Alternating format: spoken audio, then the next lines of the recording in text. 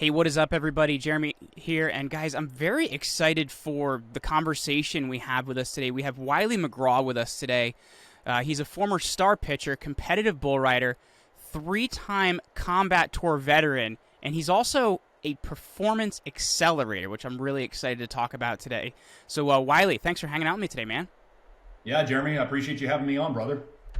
So the thing I was really interested about in your story, and this is, I think, a great place for us to start, Mhm. is you had mentioned you were a former ball player. You had played for your dad, I guess, was a former ball player too, if I understand, or you came from a family that had. Semi-pro player, yeah. Yeah. So I had a similar experience where my dad was somebody that he was, I guess, you have a five-tool player, but my dad was a six-tool player because he could play every position and play and pitch, 100 miles an hour. But he had an injury in his early 20s, which derailed him in the minors, and that was kind of the end of his career because medical technology wasn't as good now as it is, as good then as it is now. Right. And I think the thing that's interesting is, for me, the difficulty in that was my dad was always the best, and I was a great center fielder, man, but I was never going to be as good as my dad because he was the best. So I struggled with that a lot and how I practiced and how I prepared. And you had kind of similar experiences as a pitcher, hmm which actually kind of set you up for where you went from there. So I'd love to hear about that. And you mentioned in the blog post you have about it that you went for something grittier. I'd love to hear about what that connection is from there. Yeah, that's and I'm happy we have the connection in baseball. And I grew up in this, sports household. So given the fact that my Hmm. dad was a semi-pro ball player in the 70s, again, like you said, medical technology was not that great back then, and neither was the pay either. So Yeah.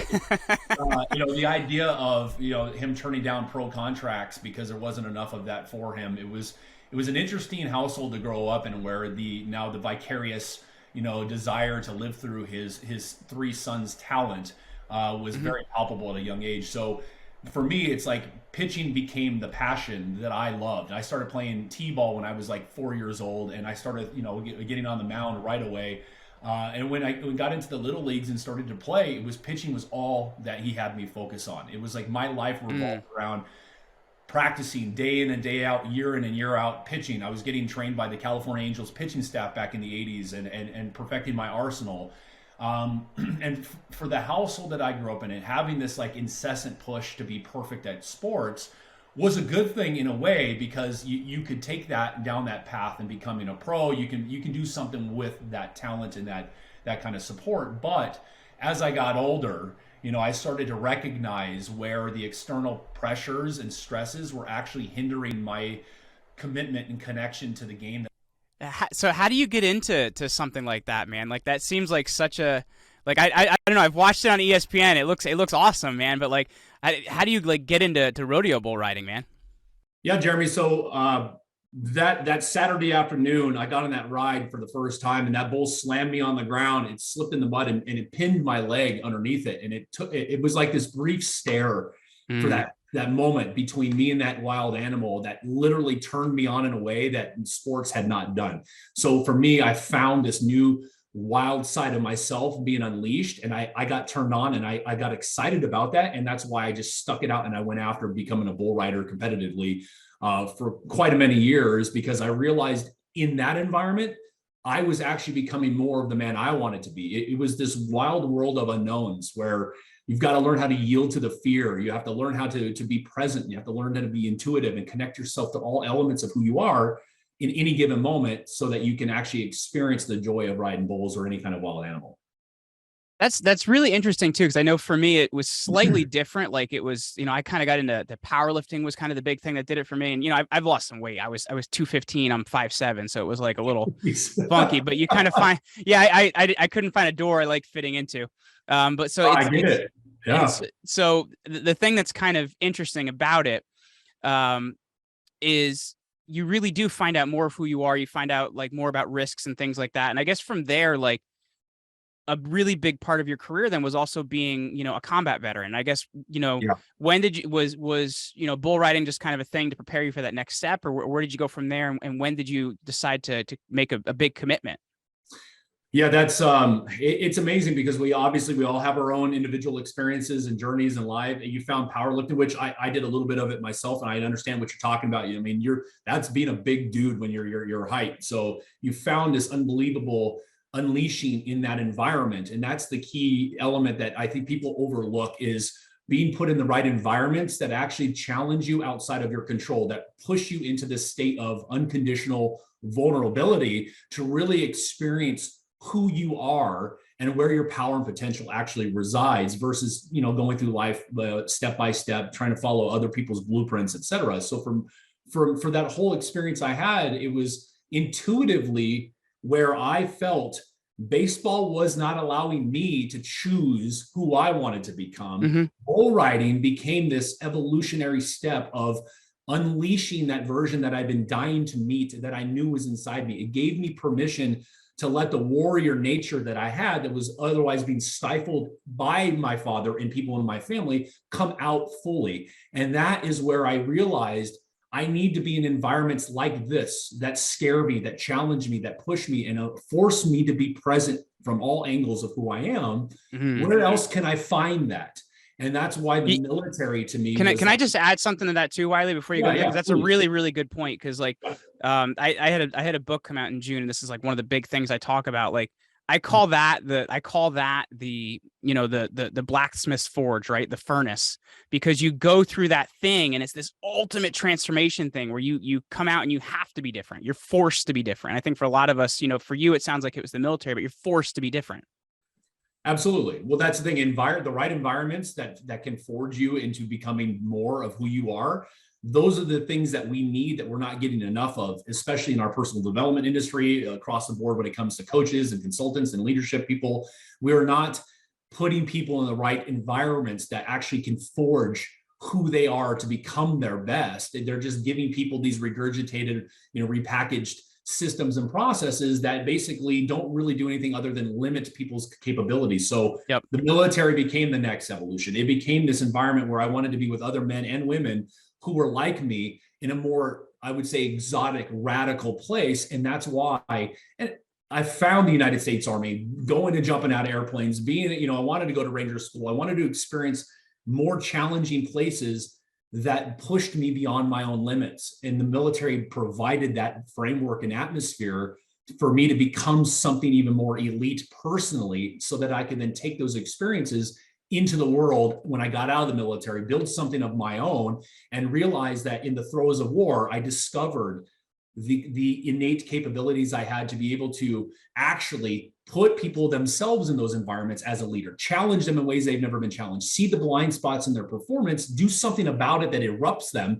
and actually eradicates them so their performance can actually grow and become exponential.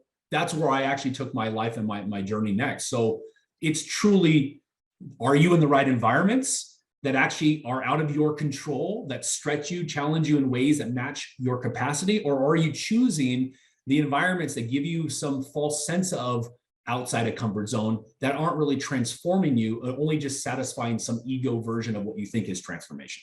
That's the difference in that aspect. So that's really interesting too, because I didn't see on your site that you've written about this yet, but I feel like there's a blog post coming. I don't know if you saw Kyler Murray for the Arizona Cardinals just signed a big contract. I did, yeah. 42 million or something like that. But one of the a year, but like one of the requirements in this contract was that he has to watch film 4 hours a week. And I'm like, okay. Like you look at somebody like, Tom Brady or Peyton Manning or Luke Kuechly that used to play linebacker for Carolina Panthers. Right. Luke Kuechly, his first 3 years in the NFL, didn't have cable in his house because all he wanted to do was watch film in his house. Tom Brady built a film room in his house. Peyton Manning built a film room in his house. Nobody had to tell them to do that. They built the skills in order to be that thing they wanted to be. Like, to me, if you're telling a guy in his contract, hey, you got to watch 4 hours of film a week, that's not somebody that wants to be a high performer. Am I right? I like that that's a good way to frame that. People should that have that innate talent and capability welcome in the right resources that can holistically integrate and support their ability to accentuate that talent and that skill.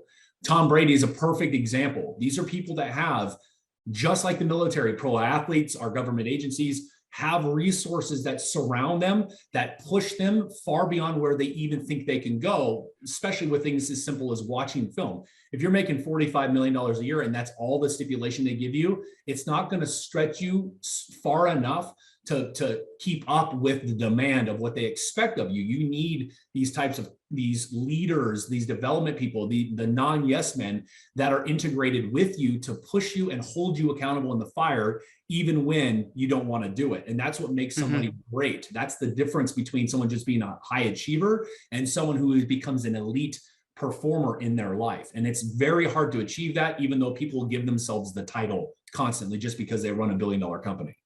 I got in a debate with Dan Orlovsky from ESPN on this, like this week, about it on Twitter. And it's like, to me, like, you shouldn't have to tell the guy to watch 4 hours of film a week. If he wants to be the best, he should be watching 10, 15 hours, 20 hours a week on his own. Like, nobody should be making him do it. Like, I think at a certain point, you have this transformation, and high performance then becomes something like, yeah, you need accountability and that's important, but it becomes this innate drive, right? And I'm sure you've seen that with a lot of high performers you work with. Yes. You know, it becomes an innate drive. And I guess tell us a little bit about that. Like, how have you seen that transformation in people? It's high performance is a phenomenal segue into that piece, Jeremy, because high performance is widely misconstrued as somebody's ability to make money and generate notoriety. It's literally it's some weird asymmetrical benchmark of what we define as success. When we see someone that has that, we automatically assume that they've done so much hard work and they've been so determined to achieve that type of success. And they have, there's no doubt about it. However, high performance should be measured by how well someone is also living their life. If you look at the elements of their life, their relationships. Yes, that's an excellent point. Absolutely. So if you cannot measure your life from how balanced and powerful your relationships, your health, your focus, your peace, your personal sanity, if they are not at the top with your ability to make money and your ability to generate notoriety, you're not living a high performance life. You're just achieving and you're sacrificing for the sake of that achievement. That is not something we should emulate, but we have a complete system of emulation thinking that that's the way to succeed. And then we are actually sacrificing, overlooking, and overriding very dysfunctional aspects of who we are as human beings. And we're not realizing that those elements accentuate our ability to be high performance in our lives. Do you have a video on your site that talks a little bit about this? That's what got me thinking about Tom Brady. And you mentioned politicians there too, and how they live their lives, and high performance should be a big thing. And I think, especially in that sphere, like, that's really important, right? Because, like, you know, if one of these guys does something wrong, does something illegal, nobody knows about it, but somebody else gets that information and now uses it, and they can now kind of make them do something they shouldn't be doing. High performance is an ethical standard. It's how you carry yourself. It's how you show up every day. Absolutely. And, you know, you can't just kind of be a caricature of it. Am I correct? Absolutely. 100%. And I love that. That's a good way to put it. You cannot be a caricature of it. It is truly a standard of living. It's breaking down this definition, I say one-sided definition that high performance means X. How much money can we make and grow for the company? That's not performance. That's achievement. We've got to stop looking at it as your performance is how you live your life, the standards you hold, and the way you show up, not only in public, but also behind the curtain. When you pull the curtain back, which I've worked with so many different public figures, celebrities, professional athletes over the years, CEOs, if you pull the curtain back from a lot of these leaders' lives, you actually will probably step back and go, I don't know why I'm following this person, because they're not living to the standard they are out in the world projecting on the surface. We've got to marry those two versions and get them to uplift all areas of their life so that when they're in public and they're leading others, it naturally infects people properly instead of negatively. And that's the problem we have, especially with politicians, is we're not demanding our leaders, our industry titans, the people that have influence on laws and rules. We're not demanding them to be great. We're accepting mediocrity. That's the problem. Yeah.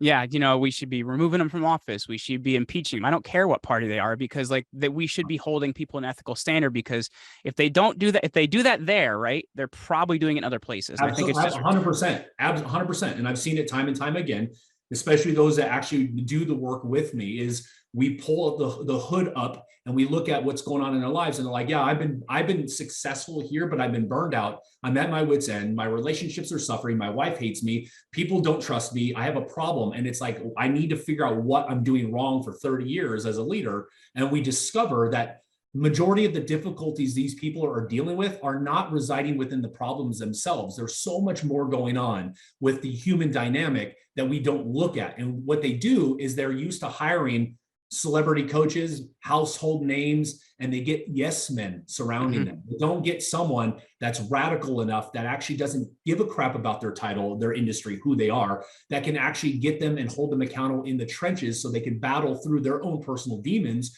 and actually become what they say they are out in public. You know what's interesting, and this is just something I thought of. I don't know if this comes up for you in conversation with people. It's like, you're telling me of this problem, this problem, this problem, this problem. Do you know what these problems have in common? You. And I think that's one of the biggest things that we don't want to consider is you look in the mirror like that. The only thing they actually have in common is the person involved in them. That's the thing is we create, exactly, brother. And so we create this weird compartmentalization of life that it's outside of us. I mean, I had this quick conversation with this billionaire not too long ago. And it was like, we had a mutual contact and I said, hey, I heard you had some problems. I'm a problem solver.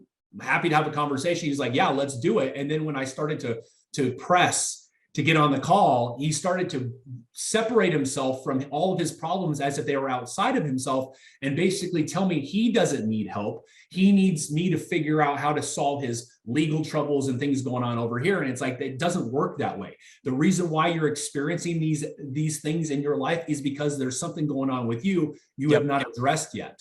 That's the difference.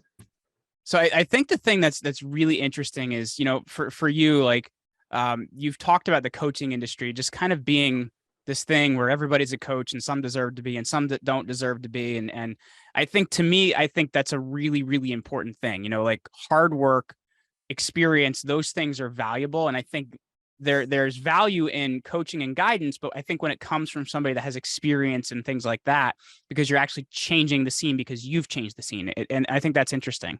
It is. And I do talk about it constantly.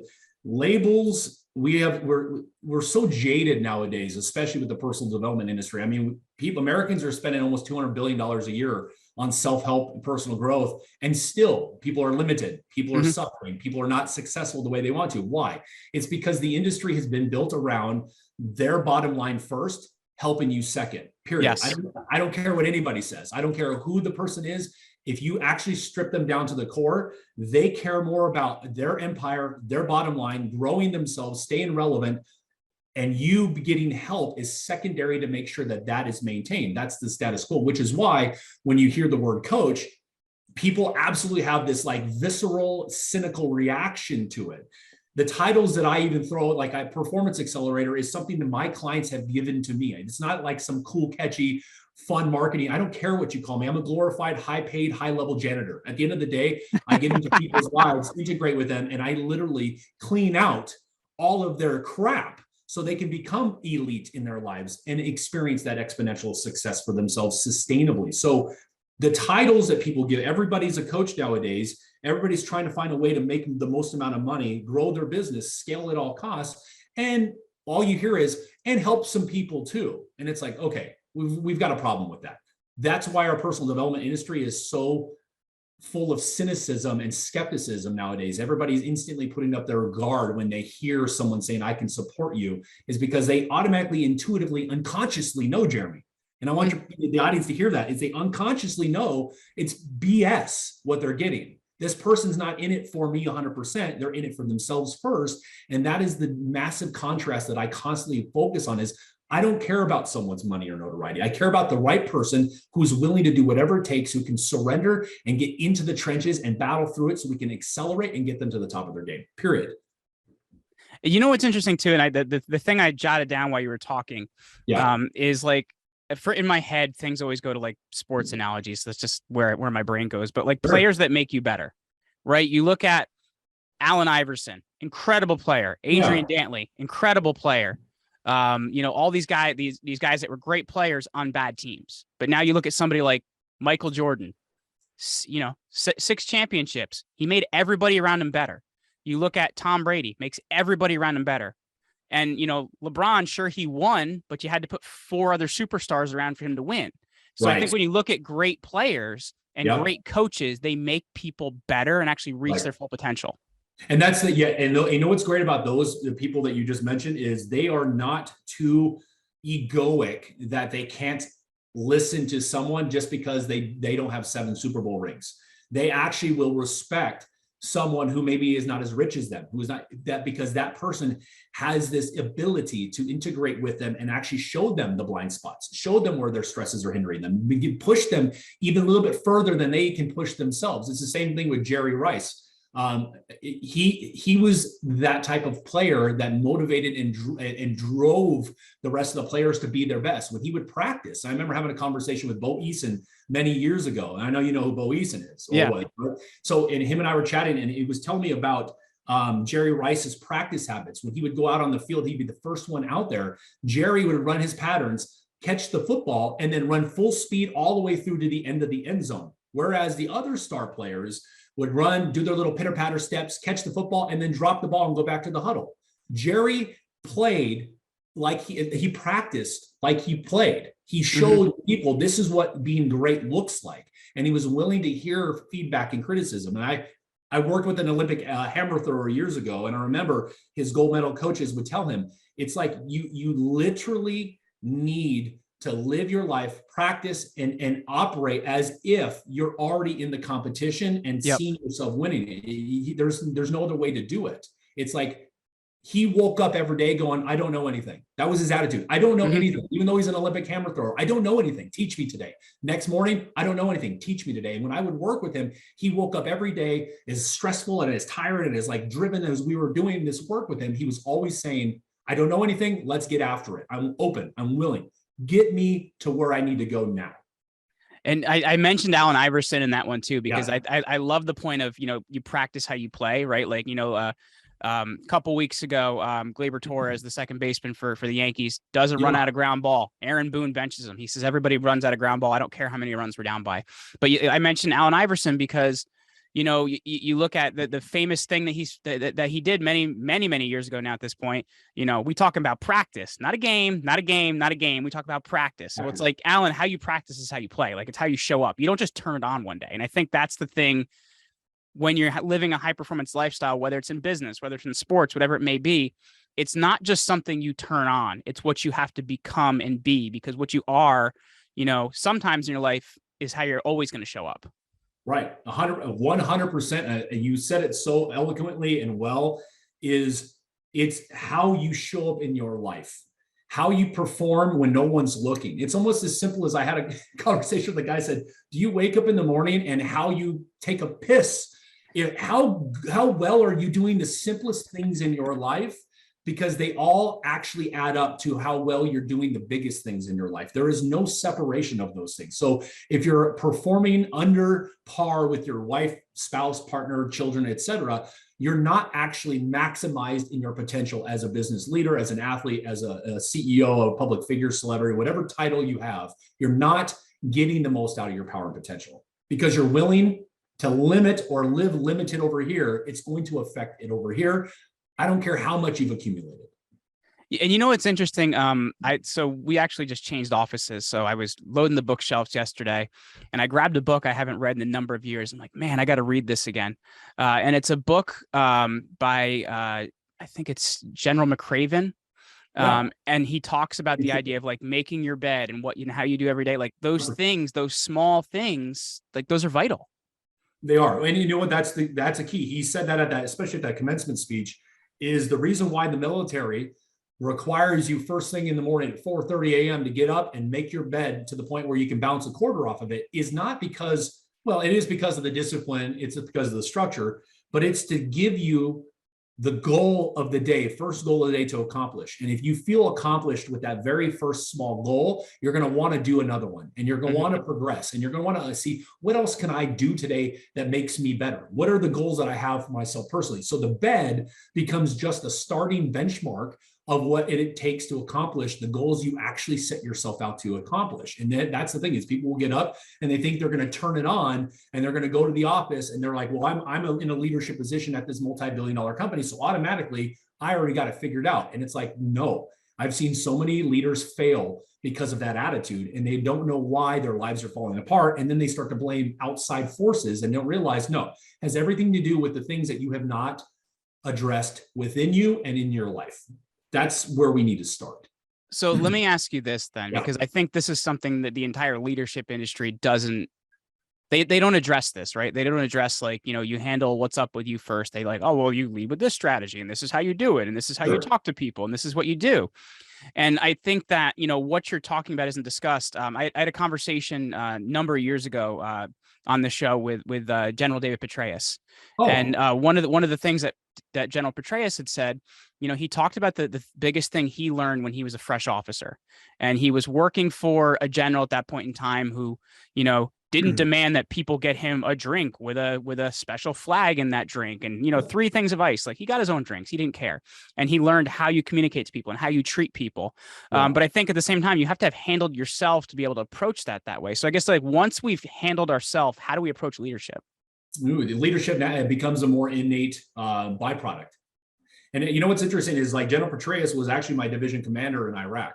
Oh, wow. I did not know that. That's pretty cool. Yeah. He's a super nice guy. Yeah, I imagine not in combat, but like when I talk to him. Well, I mean, you remember, being a general, that's a very special thing, that someone to become a general, especially United States Armed Forces commander of everything going on overseas. But he was a great division commander. I remember pulling security for him in Iraq, doing some work, having conversations with him too, periodically. He is a great leader, and he talks about being the leader you want others to emulate, not just speaking it and not just demanding it. Like you said, that general did not want him to go get his own coffee, go get his own water. It's like, there's nothing wrong with someone portraying leadership qualities that are respectable. It's like, why not follow someone who's embodying what you think a leader looks like and what a leader should be, especially in that kind of situation? And it's like, him and I are connected on LinkedIn, and I pay attention to some of his posts, and it's like, he says things that are grounded, balanced, and are all about giving people a wide scope of understanding and perspective to pull out their own conclusions, to learn things from it, versus just being the guy that vomits at someone or demands someone to be something or not. It's the same thing with SEAL teams, same thing with, any airborne infantry where I was at the 101st. We all provide each other this team effort element, where just because we have a leader does not mean that everybody else has to shut up and just do what they're told. There's this element of leadership means the care for those that are in your command, the care for those that are under your charge, not just being in charge. And that's what I love about that. It kind of is learning to get rid of that, like, don't you know who I am factor. You know what I mean? Like Petraeus talks about, like, some of these guys that he's had to deal with in the military, like, they don't have a chest big enough to pin all the medals they want to pin to it as well. It's like a don't you know who I am factor. And like, to be a great leader, you have to drop that.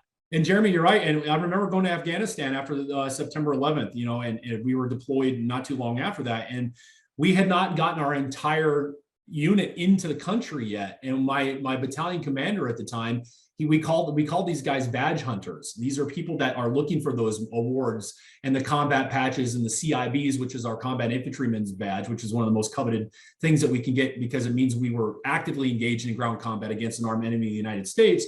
It's the thing that a lot of these infantry guys, they want. And it's like, do you want to get shot at? Do you want to go to war? Do you want to kill? Do you want to fight? Is that what you really care about the most? And he was that guy that did that. And I remember going in, and he's the leader that said, I don't care about what I'm being told when it comes to this operation that we were, being asked to send on. He said, the intelligence told us we could lose 40% of our men if we get sent in right now, if we don't wait for backup. And he said, let's do it. I'm willing to take that risk. And we had been in country 3 weeks. And it's like, what kind of leader is willing to sacrifice 40% of their force barely being in country? Are you thinking about the families, your men, the mission itself, making sure we get in, get out, and be precision machines that we were trained to be? Or do you care more about yourself as a leader? And that's the difference. That is an egoically driven person versus someone like General Petraeus. And what you said earlier, I just want to touch on, is our quote leadership development industry, the leadership aspect of it, they all focus on approaches from the outside in on how to solve problems with strategies, and they do not take into consideration the individual lives of the leader themselves. Yep. Yeah. And I just want to add to that too, since I had mentioned the general's name that Petraeus was working with, I wanted to at least make sure I looked it up here. It was Jack Galvin at the time, was Major General Jack Galvin he was working for at the time. Okay. Yeah, that name sounds familiar. Yeah, but yeah, I don't know him, but yeah. Yeah, well, I guess he's since passed on, but I think like that's the type of leadership, Sure. that we want to be, is somebody that people want to push for, they want to fight for, they want to work for. You know what I mean? Like you want to be that leader that people want to do more for. You know what I mean? But I wanted to, yeah, exactly. But I want to, and that's what on my entire business has been built around this mission of taking it even further than that. Okay. Is taking leaders far beyond just their ability to be these great leaders on the surface, but bringing absolute, I would say, unity with all areas of their lives so that we can squeeze out more of that amazing leadership quality in that person. It's easy to chalk up, well, he's doing so many great things here that 5% that's actually lagging over here is acceptable.